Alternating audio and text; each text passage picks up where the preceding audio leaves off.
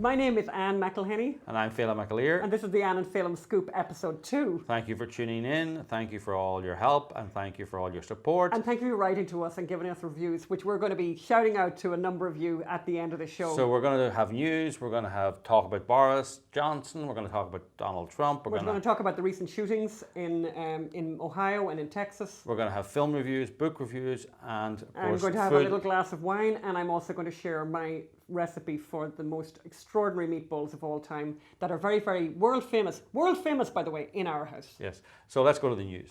So you want to start actually today by talking about the recent shootings that have dominated the news over the past number of days, and I think our big takeout from these shootings is that it's become incredibly politicized. Yeah.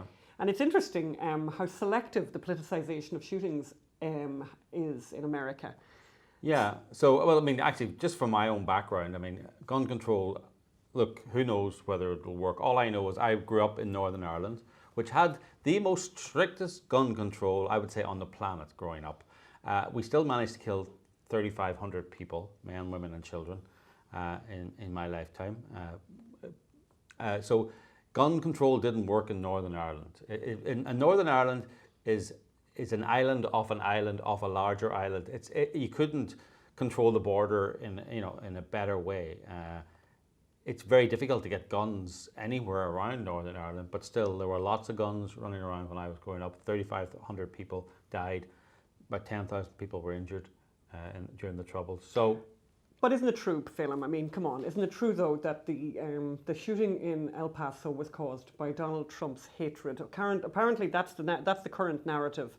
This morning, I think NPR spent about an hour explaining how the racism of Donald Trump and the white supremacy of Donald Trump, in fact, is the complete reason why this hateful, horrible tragedy happened. This outrage happened. But then why aren't they spending similar time looking at why the shooting in Dayton happened? Because, and by the way, if you look at the manifesto of the guy in El Paso, he said quite clearly, the media is going to blame Trump for this. I felt this long before Donald Trump. But if you go to Dayton, Ohio, he's an atheist, far leftist, Elizabeth Warren supporter. He killed 9 people. Does that mean it's Elizabeth Warren's fault then? Is Dayton, Ohio Elizabeth Warren's fault? Namaste. Listen, that's they make the rules. They make the rules. So if it's Donald, so suddenly the narrative of the reason why this happened, it suddenly is dropped when it comes to Dayton, Ohio. But in the case of El Paso, because it suited the narrative, because of the fact that the guy, that some of what he was saying, Look, Pulse nightclub. We can't condemn every Muslim because of Pulse nightclub. We can't condemn Islamic ideas because of the Pulse nightclub massacres. But apparently, Donald Trump. Tweets are responsible for El Paso. It's interesting. Those are the rules. It's interesting. You know what it makes me think about, and it reminds me of Phelim's extraordinary, wonderful play Ferguson, which was based on the grand jury testimony that happened after the Michael Brown shooting in Ferguson, Missouri. And interestingly enough, when that shooting happened, it was incredibly politicized as a really good example of white cops. Who hated black young people and shot this innocent young man, at the prime of his life, a wonderful citizen had been killed, in a racist attack, and the Democrats made real hay actually out of making that an incredibly. It was an example. It proved that America was racist. As a result of that rhetoric, as a result of that narrative, people died. Lots of people died, including a lot of police officers died. Dallas. However, here's what we notice. After it emerged from the grand jury that in fact the Michael Brown was not an innocent man who was shot dead, going around about his business, but was actually a thug who had just was on a crime spree. Who was on a crime spree and actually was assaulting a police officer to the extent where the black witnesses who saw it all go down said they were convinced that the officer was going to be killed if he took another blow from Michael Brown. So, when that all came out through the proper process of the law and the grand jury established exactly what had happened and that Michael Brown, in fact, was no innocent, did we find a huge number of Democrats coming out and apologizing for the No, rhetoric, no. for their rhetoric. This is one of the And problems. for the violence is caused. The police officers in Dallas, five of them were murdered As a direct result during a of Black that. Lives Matter Correct. rally. And 2 police officers were shot dead in their squad car in Yeah. New York, also in New York. That's right. And So, but nobody, what is it? Being a progressive means never having to say you're sorry. yeah, Is that and it? they never do. And when I did the Ferguson play, based solely on the transcripts of the grand jury, all verbatim, nothing added. 9 of the actors walked out during rehearsals because to quote Jack Nicholson, they couldn't handle the truth. Because the truth, no one had told them the truth, actually, to be fair to them. It was a huge shock to them. But rather than bring the shock and feel the shock and work with the shock, they walked out because they couldn't handle the truth. And by the way, anyone who's watching this and would like to watch the Ferguson play, it is on YouTube. Yes. It is available for free. It was premiered in New York and here in Los Angeles, but it's also available forever on YouTube, and it's amazing. It's an amazing achievement, and it should, by the way, be touring the country forever. So anyone out there, Should be on Broadway. It should be on Broadway. It should be on Broadway forever because it's an extraordinary drama, a very horrible human drama. But really, you know what? The truth is very compelling. When people watched that play, they were like sitting at the edge of their seats. Yep. So Toni Morrison died, Phelim. In breaking news. In breaking news, Toni Morrison died. I have to admit, have you read a Toni Morrison book? I will admit that I have not read a Toni Morrison book. I have not read a Toni Morrison However, book. she gets quoted an awful lot. She gets quoted by a lot of people. Yes. I'm just reading here, she's America's conscience. There you go. And what did America's conscience say in the recent past? Well, I believe you've got a couple of quotes. Yeah, from Toni America's Morrison, conscience. Phelim. I was just looking. There are 2 things I want to see in my life. One is a white kid shot in the back by a cop. Never happened. So the one America's thing that conscience. Toni Morrison, America's conscience, would like to see is a white kid shot in the back by a white cop. No, but just by a cop. She didn't name the race. By a cop. Excuse me. Didn't name the race of the cop, to be fair. I want to quote it Just correctly. wanted to be- But my favourite Toni Morrison quote my favourite quote from America's conscience, God bless her, is when she explained that a lot of black people believe that Jews in this country, by and large, have become white. They behave like white people rather than Jewish people. What does that mean, Phelim?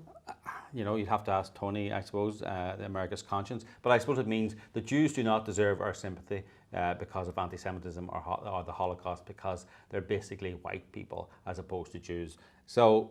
And we'll have more to say on that in an upcoming episode where Yes. that we can't talk about right now, but we'll have a lot more to say about that. I'm going to do something now. I am pledging the people here that by next week, and this is what I do for you people, by next week I'm going to read a Toni Morrison book and review it next week. And Good for you, Phelim. Thank you, people. Thank you. I do it. Thank you. All right. Phelim's going to read the Toni Morrison book. This is why I get the big bucks. But I don't think today or in the next few days, as people mourn passing of Toni Morrison, that those quotes will be forefront by the NPR may find themselves just suddenly incurious when it comes to everything that she happened to say, particularly stuff that's very, very recently relevant given the shootings that everyone's talking about and that NPR spoke about for an hour this morning, non-stop. Can people go to the Facebook or Instagram now Please. and tell me what book I should read? Oh yeah, please give Phelim a suggestion. Which Toni Morrison book? No, don't make it difficult. Make it short. Make it short. A lot of car crashes, please, and whatever. Just things to make it easy to read because. Okay, that's enough of that, Phelim. So in other news, then we're looking at the polling that's coming in on the recent Democratic candidates. So Beto O'Rourke. It's the New Hampshire Democrats polling. Beto O'Rourke has a fine rounded number. It's rounded. It's a fine if you rounded write number. down Beto's polling for New Hampshire Democrats, it's 0. Beto's at 0 in New Hampshire. Yes, now, what's happening to Beto in New Hampshire? Well, I suppose the problem is, you see, New Hampshire, it's a very white demographic there. Indeed. And Beto, being Hispanic, if only Beto had a name like Robert Francis O'Rourke. If only. But he doesn't. He's called Beto. He's Hispanic. If only he was Robert Francis, then he might appeal more to the demographic in New Hampshire. So you got to understand that. Other interesting things from the... there's another interesting polling, some more polling data. We found out that Tom Steyer, The who climate believes, change candidate? the climate change candidate who believes the world is about to end, like really any day, really. He's just going to squeeze in there and become the president for the dying days. To save the planet. To save the planet, well, for the dying days Heal of the the planet. oceans. He'll be one of those like guys out of like, you know, that film, you know, The Day After Tomorrow or The Day After Yesterday or Yesterday After Tomorrow or Next Week. Tomorrow Never Dies. Tomorrow, one of those. So one of those apocalyptic, you know, dystopian future films, you'll have Tom Steyer as the president. Now, how is Tom Steyer doing? A guy who is really riding on the zeitgeist of the crisis that everyone is facing, that the world is about to end. How are the people of New Hampshire responding to that? He's doing better than Beto. His is rounded between 0 and 1%. Look at that. Beto was rounded down to 0. So are you saying, Phelim, that it might be that the electorate don't think the world is about to end in the next couple of days? That would be my...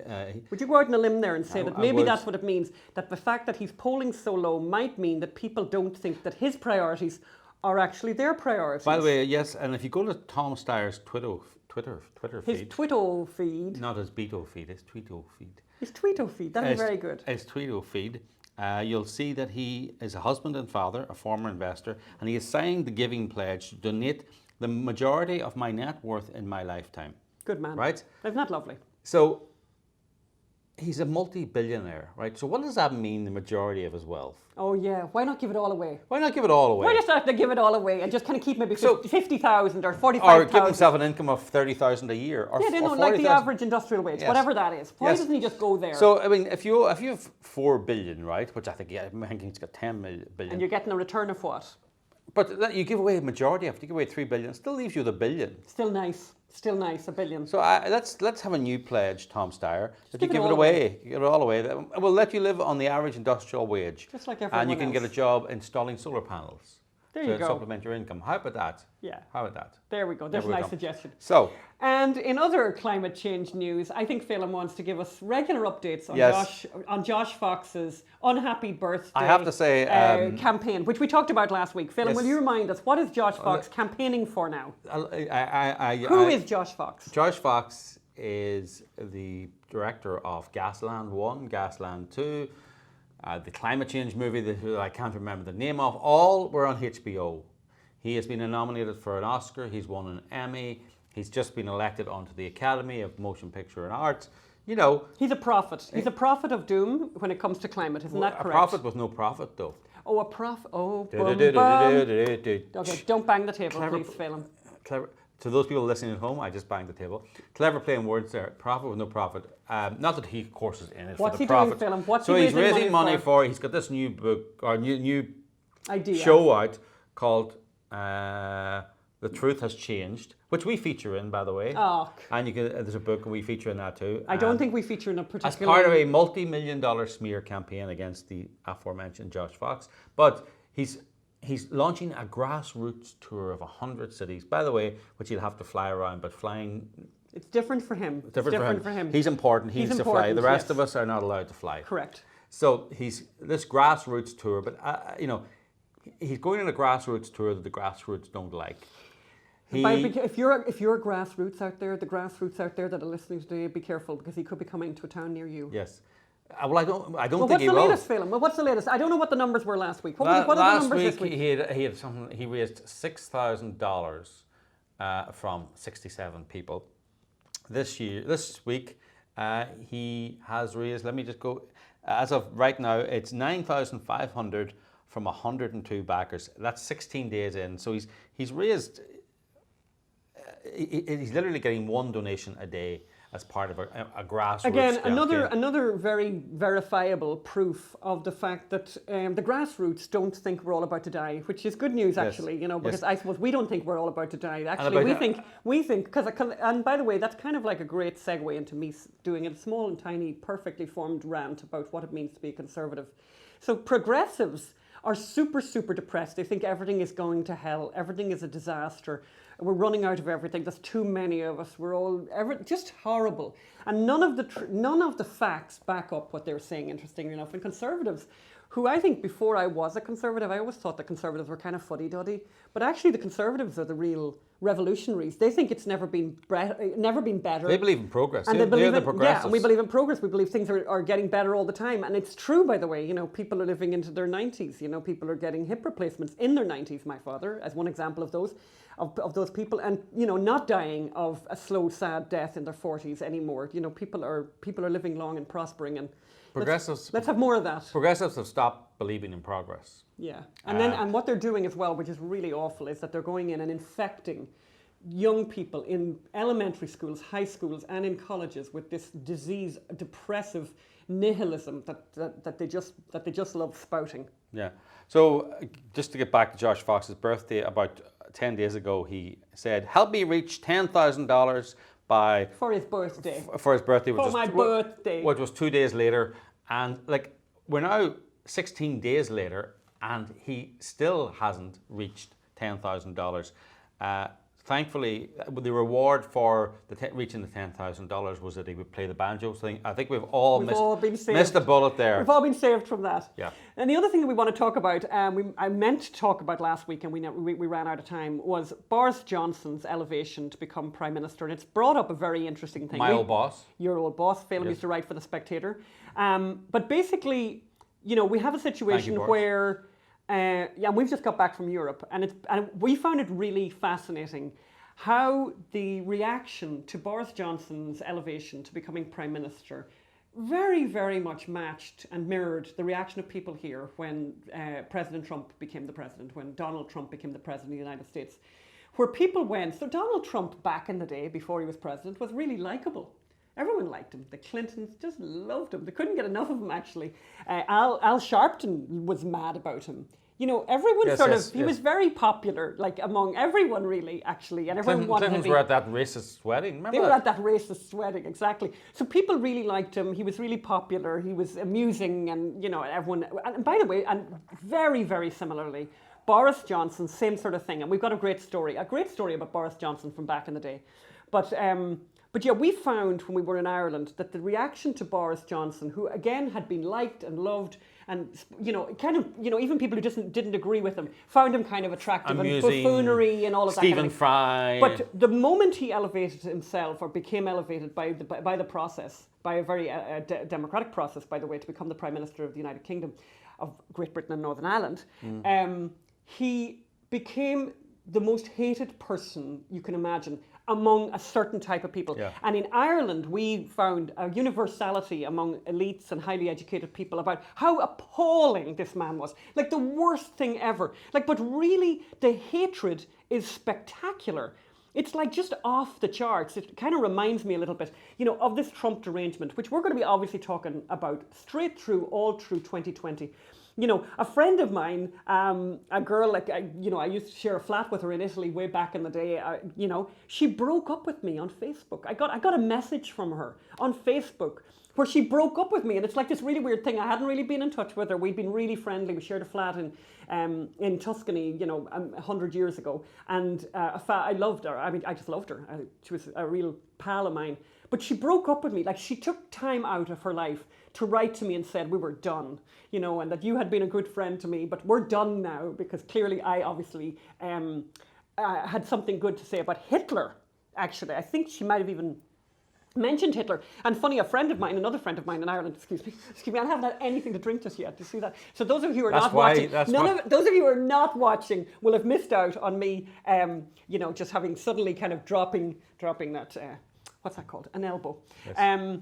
But this kind of stuff, and I was going to say another friend of mine had just written to me, you know, a very famous Irish writer who wrote and said to me that a man, and he's a man, and a man, another famous writer in England, broke up with him, like wrote to him and broke up with him the other day and said, you and me are done because of Brexit, because of Boris Johnson. We're done because of, and he said, which I thought was the cutest line. So this super intelligent man who's breaking up with this other intellectual, you know, and they like have known each other for years. He said to him, you know, the worst thing he said was, he said, you know, of all the people I've had to give up over Brexit, of all the people I have disengaged from and kind of unfriended because of Brexit, I'll miss you the most. I just thought that was classic. I'll miss you the most. It's fantastic. But I wanted to tell a cute story about Boris Johnson. They do hate after this. They do hate Boris Johnson. They hate all these people, and I think it was someone involved in the Brexit movement, and actually not even tangentially involved in the Brexit movement, said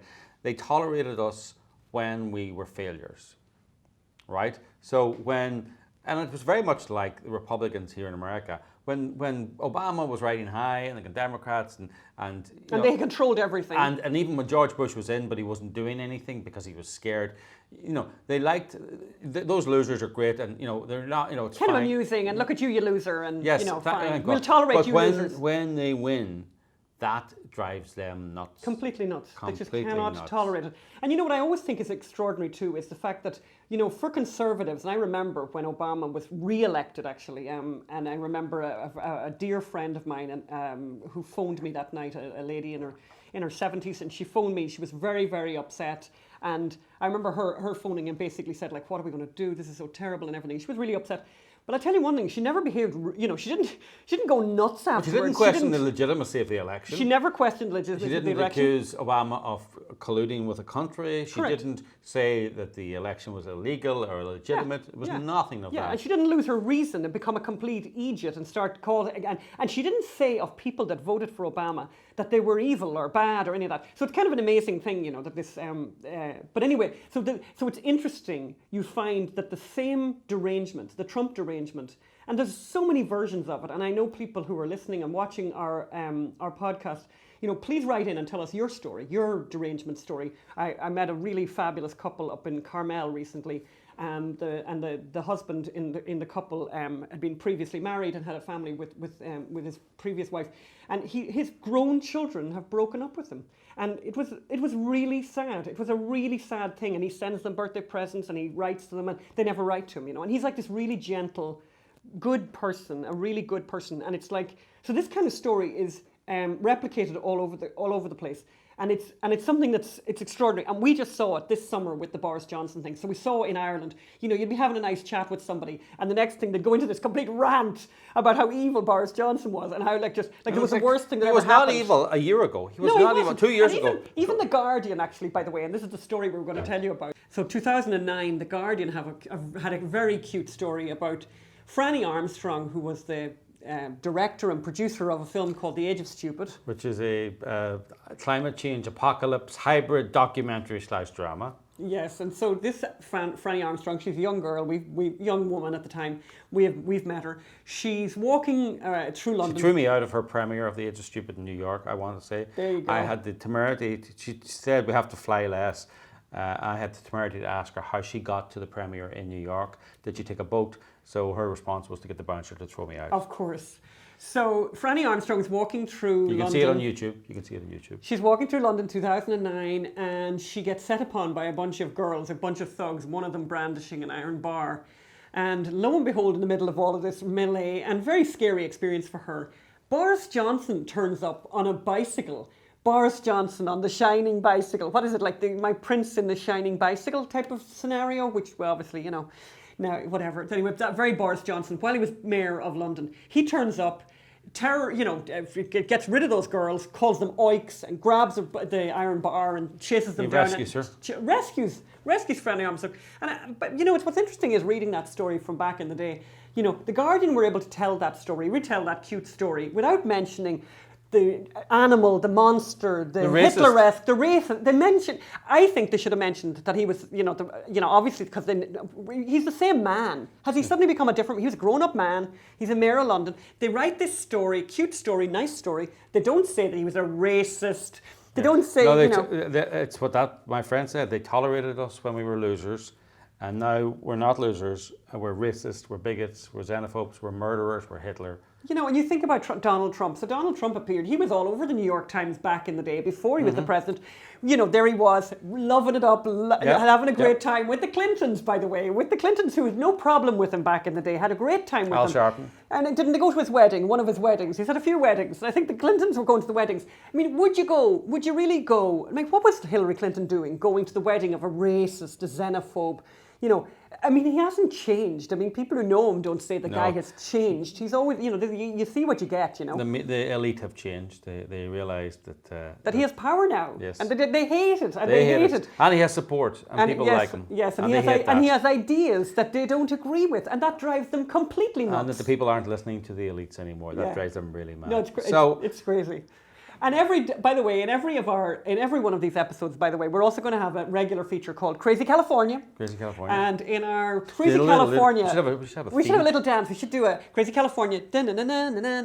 So in our Crazy California episode 2, first edition, California legislators have come up with what they think is a brilliant idea to scupper Donald Trump's efforts to become president again in 2020. And their brilliant idea, their fantastic idea, is that they are going to make it impossible for him to primary here in California unless he shows everyone his tax returns. And this brings up a really interesting issue, because this tax return thing keeps coming on and on and on. So I'll play sort of devil's advocate, and my husband hates the term devil's advocate. He says, what's your phrase about devil's advocate? What a waste of a life. What a waste of a life. Okay, so I'm wasting my life for a moment, but I'm going to do the Why would you be a devil's advocate? Because a lot of people... Who would volunteer for the role of devil's advocate in life? Yeah, because the devil's gone... Oh, I'm going to just... I'm going to actually say things I don't agree with. For what purpose? Well, for the purpose of this podcast, I'm going to bring up those questions that a lot of elites would say. Why won't he show? Like, come on, Phelim, now. Why won't he show his tax returns? So, by the way, because I'll tell you what. Because it's never about what it's about with liberals. So what is it about? It's not about. It's like gay marriage was not about gay marriage. By the way, gay marriage was about closing down bakers.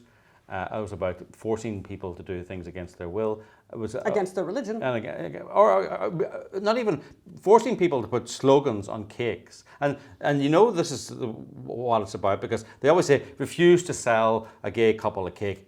These bakers did not refuse to sell a gay couple a cake. There are thousands of cakes in their shops that anybody can walk in any day of the week and buy a cake. What they refused to do was write a slogan on a cake that they disagreed with.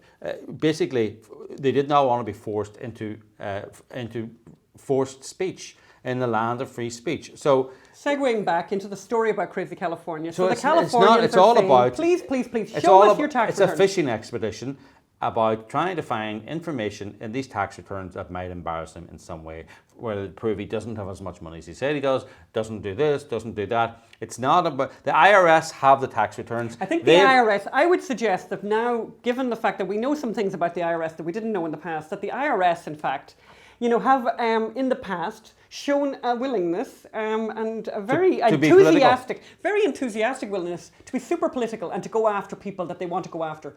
If Donald Trump hadn't paid his taxes, I think we'd all know about it. Yes. So it's a fishing expedition. It's a fishing expedition. And it's, in America, if you want to search someone's property, you need a search warrant, right? So if they want to search his tax returns, if there's a suspicion that there's something wrong there or shouldn't be there, get a search warrant. Go in front of a judge. Produce your evidence. Well, but alert the IRS, by the way. Yeah, this is they're trying to do an end run against due process, against the rights or protections of privacy that everyone has. Yeah, so and I mean, why stop at Donald Trump? Why wouldn't you demand then that every priest who wants to be a priest in California should produce his tax returns? Everyone running for election must produce his tax returns. Why stop at tax returns? By the way, I think we also know that there's quite a number of very prominent Democrats, quite a number of prominent progressives who've had some tax difficulties and that never seem to get the light of day. Is it Al Sharpton? Al Sharpton owes a lot of money. That's suddenly the media are incredibly incurious when it comes to Al Sharpton's IRS and his returns and whether or not he has made good. The media is different, right? I mean, the media, if they get hold of Donald Trump's tax returns, fair play to them. But using the power of the government to demand someone's tax returns when they have not broken the law and there's no suspicion of them breaking the law, get a search warrant, people, in California. It's a constitutional right of privacy, and you're using this law to go around that for political purposes. And they're trying to do, I imagine that this particular initiative that's being, touted here in California will spread. Yep. And I'm wondering if it's in your state. So let us know if they've started it where you're living. So the next section we want to look at is movies, just like we did last week. And by the way, we got an enormous number of responses from people who have gone to see Once Upon a Time in Hollywood, who had no intention of going to see the film until they heard us rave about it. And I just wanted to bring anyone who wants to go on the Facebook page, by the way, you can see some of the people who went to see the movie. And I think the response has been very, very positive. I said that Once Upon a Time in Hollywood is the most conservative movie of the year. Quentin Tarantino, from the belly of the beast, from liberal Hollywood, has produced a really conservative movie where, let's just say, I don't want to give away any plot spoilers or anything like that, but let's just say the social justice warriors in this movie do not have a good movie. The hardworking Americans do have a good movie. You know, and it's much more than that, but this is one of the most conservative movies of the year. And in fact, I'm just looking here, the New York Times and the LA Times agree with my analysis up to a point, except they believe this is a racist movie. Maureen Dowd in New York Times says this, and Mary McNamara in LA Times, they agree it is the most conservative movie of the year. They think this is a bad thing. So I think it's a good thing. We'd love you to go check out the Facebook and Instagram page where people have already gone and commented on it. I think the opinion is, I would say 3/4 of the people, maybe more, agree it's conservative and it's a good movie. And I would again just put in that kind of parental guidance for everyone listening that it is R-rated, and please don't complain to us because of any R-rated material. Well, I suppose we should tell people what the name of the Facebook page is and what the name of the Instagram. And the name of the Facebook page is the Ann Phelim Scoop, and we'd really like you to like the Ann Phelim Scoop Facebook page and to leave a comment on the Instagram page. If you have a beloved recipe, by the way, also send that in. We've had some really nice responses from people to the food, by the way, and I'm going to I'm at the end of the show, I'm actually going to read some of the reviews we've had. So the reviews are in, and people have been very kind about our very first episode and been very gentle with us because this is our first efforts, whatever. So Instagram page is AP_scoop,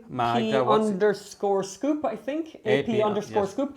And the Facebook page is Ann Phelim Scoop. Twitter is AP Scoop. Yes. And you'll find us everywhere else, and also our own names, Anne McElhenney and Phelim McAleer. We have our Facebook pages. Yeah, so that was the kind of that's kind of the film we talked about last week. We talked about again, but we also watched.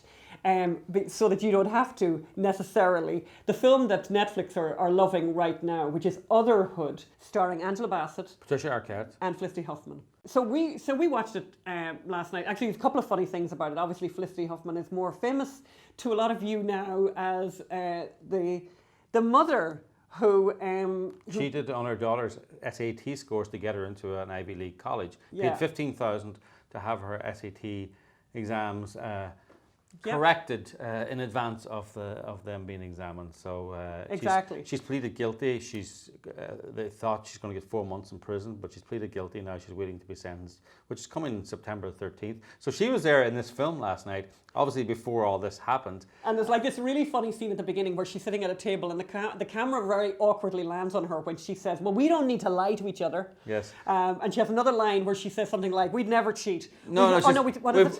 Somebody says, "What did we do wrong with our children?" And she says, "We did nothing wrong with our children." And the camera again lands on her, and I just think it's an unlucky thing because obviously I think this was everyone's looking going, "You did something wrong." Yeah, you certainly did something wrong. But the movie, I would say it's I wouldn't recommend it. I think life is too short to be watching films that are just that unamusing. But by the way, we could be wrong. Everyone on Twitter that I was looking at, everyone seemed to love it.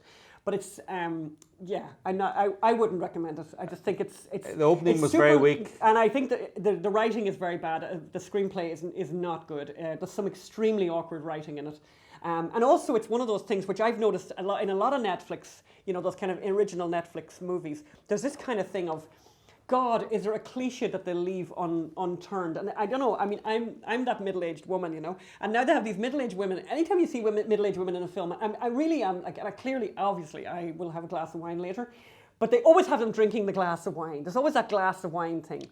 And that kind of awkward, we're middle-aged, we wouldn't know what trendy people do nowadays. It's almost like that thing of, my face or whatever, or face place, or where people start doing that kind of thing, and I wouldn't know how to use social media. But there's all those kind of cliche jokes, which is, it's just really unfortunate. So the film, I would not recommend it. Angela Bassett looks fabulous in it. But I wouldn't say it's worth it. And by the way, and Arquette, who used to really love, Phelim used to love Arquette. She did a really great TV show called Medium, and she was great in that. But I think there's something just wrong. There's something off about the film. They have a very interesting take on surrogacy, actually, which is not politically correct. That's actually an interesting moment, actually, in the film. Yes, you're right. where the one of the women take a very politically incorrect view on surrogacy, and it becomes rather awkward for a while. Now, it's a Netflix movie, and it all works out in the end. But the question there is, what if it hadn't have worked out? Where would she have been if everyone hadn't have been nice?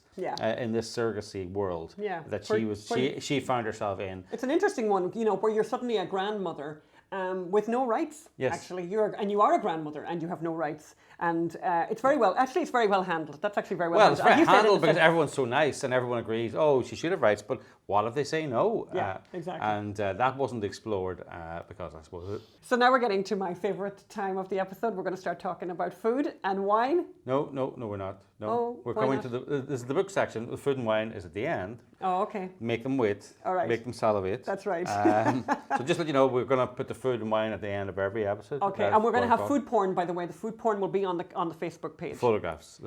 That's what. And these are your own photographs? These are my own photographs, which will improve with time. But actually, I have to say, they look pretty good. But enough about your food. Let's talk about me. Well, let's talk about Phelim for a moment. So I reviewing the book. The book is American Carnage: On the Front Lines of the Republican Civil War and the Rise of President Trump. It's by Tim Alberta, who is the chief political correspondent of Political magazine. Now, this is an election book. Obviously, we all know that genre. It's the inside track, interviews with all the top players, and I'm opening the book and making lots of noise if you're listening at home. And there's more noise. So it's a genre, it's almost cliched at this time, actually. That'd be a great idea to do a parody of one of these election books where they get the inside track. But and often they're written by liberal journalists because journalists are liberal. But, it's hard to write a 600-word book, even by a liberal, that doesn't tell some truths. And many of these election books are great because they tell great stories and great, they have this narrative of this really intelligent liberal who's fighting the good fight. But through that, they tell these stories that really reveal the truth. Unfortunately, this is not one of these books. What is it? You can actually, it's not often you read a book and you realize how bad it is from the label. From the blurb. From the blurb. Like, for example, we examine how did the party of compassionate conservatism become the party of Muslim bans and family separations? And that Trump appeals to America's darkest impulses. Sarah Palin and her cronies is another quote. So basically, it takes this liberal view that Republicans used to be good and honourable. George Bush, Mitt Romney, John McCain, and then this outlier, this animal came along called Trump and destroyed and dragged and as he says, appealed to the darker impulses.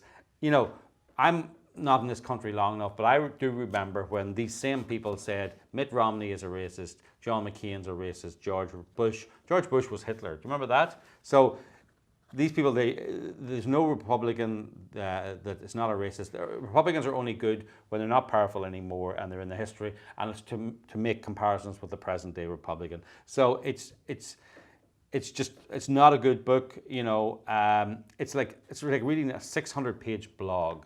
Oh, it's just to get that surface analysis and sort of punditry, and without any kind of depth. And it's exhausting. This is what I do for you people out there. I read this and it's 600 words of just punditry, and it's just your head's spinning by the end because you had this kind of idea that somewhere in the middle of it that you'd find that there'd have to be some kind of gem of truth somewhere, and you didn't find the gem of truth. No. The extraordinary insight. I did not find the gem of truth. I found the piece of coal of lies. Oh, see, that was a not precious really. stone. Not the best metaphor of all time. So you're not recommending. However, if you do want a book about elections written by a liberal journalist that really read Shattered. Inside Hillary Clinton's doomed campaign. It's by Jonathan Allen and Amy Parnes, published by Crown. Well worth reading. Lots of great stories there. Lots of truth there about how she blew it, how Trump won it. Just great anecdotes. Because the premise of Shattered was that the journalists spoke to the campaign people every day during the campaign and got what's happening on the understanding that they wouldn't publish until afterwards. So they have a blow-by-blow account of the victory of Hillary Clinton. They thought they were covering. Yeah. So they have all this great including stuff. them like drinking champagne on the. Oh yeah, but not even that. Even the fact that Hillary, when she started this campaign, got someone to go into the hard drive of our previous campaign to see who was leaking and who was disloyal. Fabulous. You know, great stories like that. So, and I think that what came out of Shattered was that they could never find the reason why Hillary was running. They could never articulate that one because she didn't have one. It was her turn. It was her time. Not a good reason to run for president. I think Joe Biden might find a similar problem. Why are you running, Joe? Because it's my time. It's my turn. That's what Republicans used to do. It ended in disaster. Maybe it'll end in disaster this time. So we're on to food. I think we're on to food. Don't buy American Carnage. Okay. So we're on to food, and this week I'm sharing my recipe for my world famous, at least in our house, meatballs, which are really great and actually funny. I just made them really recently for a friend of ours whose wife had suddenly had to go into the hospital, and I would recommend these as a brilliant thing to bring over to a house where people are, have some kind of drama going on and need, food that the children will eat. Because it's kind of naughty food. It's not like, my version is not the healthiest version. I do a naughty version. But you can do a cleaner, straighter version. My version definitely has, and I eyeball pretty much everything. But my main insights are that life is too short to grate cheese. You can take that with you to the bank. Life is also too short to grate carrots, all that chopping business. So that's I why think I'm here. you should, no, I've even a better solution than you, Phelim, is so a Blendex, whatever they call those, whatever that thing is, what's that called, Blendex or a Vitamex, any of those that has a powerful engine. And when I say a powerful engine, I mean an engine that could actually grate cement. That's what you're wanting. Any of the other ones are rubbish. You want one that will actually break up stones, which you could use, in a gardening project later. So basically what you want to do is dump everything hard that needs to be grated right into that food mixer, that food processor thing, smoothie making thing. Again, make sure that you've got one with a powerful engine. That's where I grate my Parmesan, which never, ever, ever in your life buy pre-grated Parmesan. That's like just sinful on so many levels. I can't even go there. I get upset. And I've got the recipe is going to be up on the page, including the food porn, because I think food porn is very important. So I took some photographs as I was making this. And again, as I said, you kind of eyeball it. When I make these meatballs, I seem to always think of myself as having a family of 8. So I make enough for everyone. And by the way, they always get demolished. And I add with my meat, I think first of all, with the meat, beef and pork. It has to have pork. And then also sausage. That's very naughty, but it's full of nice, yummy flavors. And then, as I said, blitz everything else. Blitz the carrots, a big bunch of parsley, and I wouldn't bother taking off the heads of the parsley. I'd use the whole thing, stalks and all. Blitz, blitz, blitz, blitz, blitz. Then an onion, I would blitz the onion, and breadcrumbs. Don't buy breadcrumbs in a supermarket. Keep all the stale bread in the freezer unless it's actually started to grow a mold. And by the way, how did you ever let that happen anyway? Always throw old bread into the freezer. You never know when you'll need it. Parmesan, the real thing, and you can get the real thing, by the way, the Reggiano Parmigiana in Costco, of course, the only place to buy cheese. It's the cheese in Costco is literally a reason enough to get a membership. And by the way, for those of you who don't know this and are about to write in and complain about Costco and the fact that you can't buy wine in Costco, big trick here in California, anyone can go into a Costco who's not a Costco member and buy alcohol. And I just wonder, any of you around... That's the law. It's kind of a law. It's they're not allowed to stop you going in to buy alcohol. We know that's true in California. Is it true in your state? Let us know. Yeah. Because the world needs to know this. People need to know this. And it's the tomato sauce... It's a public service announcement. It is. Anyway, you blitz all that, you bang it all together. As I said, I've got the recipe and the photographs on the Facebook page. But the tomato sauce, which I think is a really amazing thing, and you don't ever try and reinvent the wheel. Well, I've kind of done that actually. I have sort of tried to reinvent the wheel actually. That whole idea of what I just said there is actually I'm going to go backtrack on that.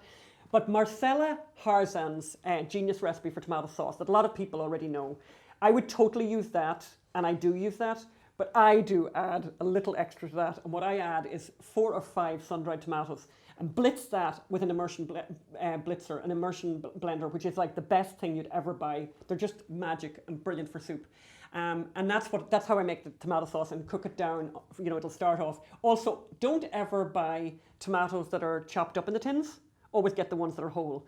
Because a wise person once told me, who knows this stuff, and I talk to a lot of wise people who know things, who said that the ones that are chopped up in tins are the rubbishy tomatoes, and the good tomatoes go into are kept whole. And also, if you can at all, please get the San Marzano.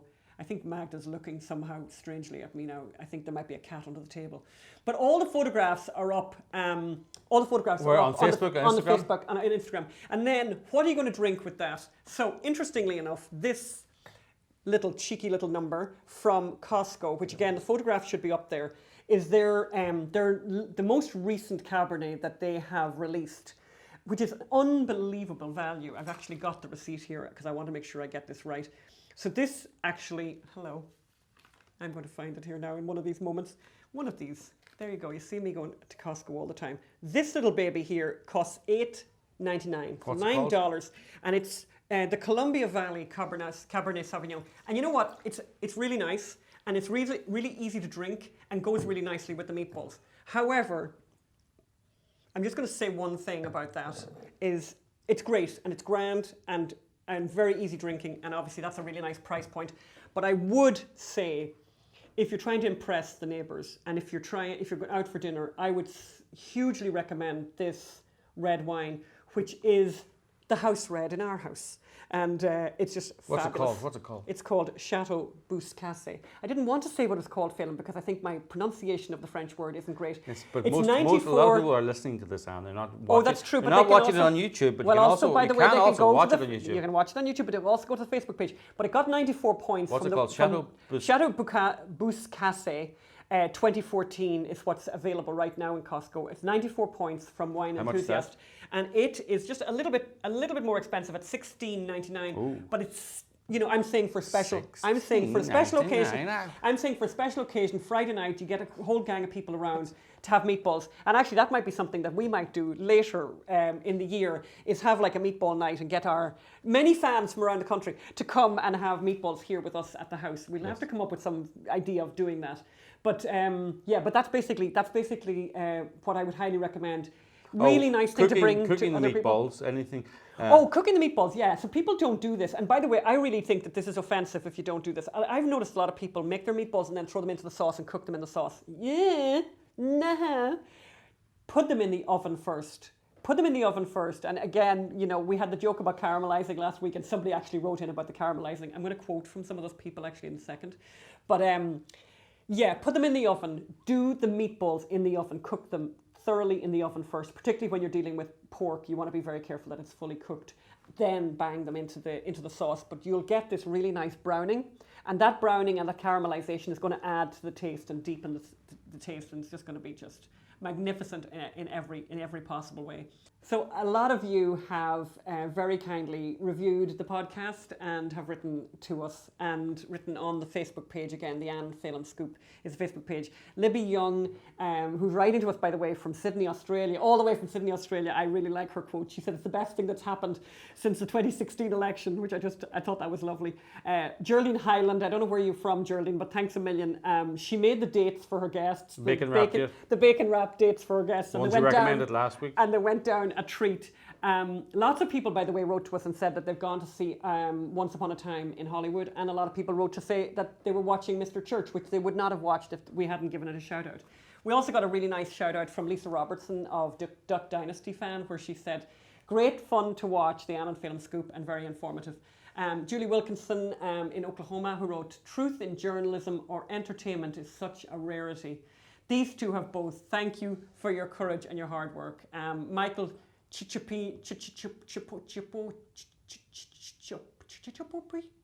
whose name I can't say properly, and he's a friend, and we know him actually. He's from Harrisburg. He wrote a really nice review as well and said, highly recommend, love you, Ann and Phelim. And Marie Schroeder wrote, love them both, beautiful couple, authors of the Gosnell movie. Beautiful couple, I kind of thought that was. We really like that.